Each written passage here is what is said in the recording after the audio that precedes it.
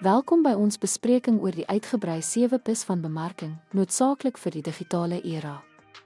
Aanvanklik het ons die tradisionele 4 P's, produk, prys, plek en bevordering. Dit vorm die hoeksteen van die bemarkingsstrategie. Die 7 P-model pas by digitale landskappe aan deur die klem op klante-ervaring, dienslewering en beide tasbare en ontasbare bemarkingselemente. Hierdie raamwerk sluit in 3 nuwe elemente: mense, proses en fisiese bewyse. Kom ons ondersoek die mense aspek. In digitale bemarking verwys dit na beide kliënte en die bemarkingsspan, wat fokus op die skep van persoonlike gebruikerservarings. Gaan voort na proses, dit behels die werkvloeie en stelsels binne digitale bemarking soos inhoudskepping, veldtogbestuur en klantreiskartering.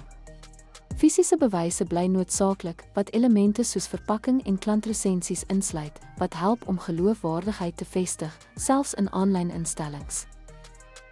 Deur al 7 P's te integreer, kan besighede deeglike strategieë ontwerp wat goed in diensgefokuste sektore resoneer, wat kliëntinteraksie en tevredenheid verbeter.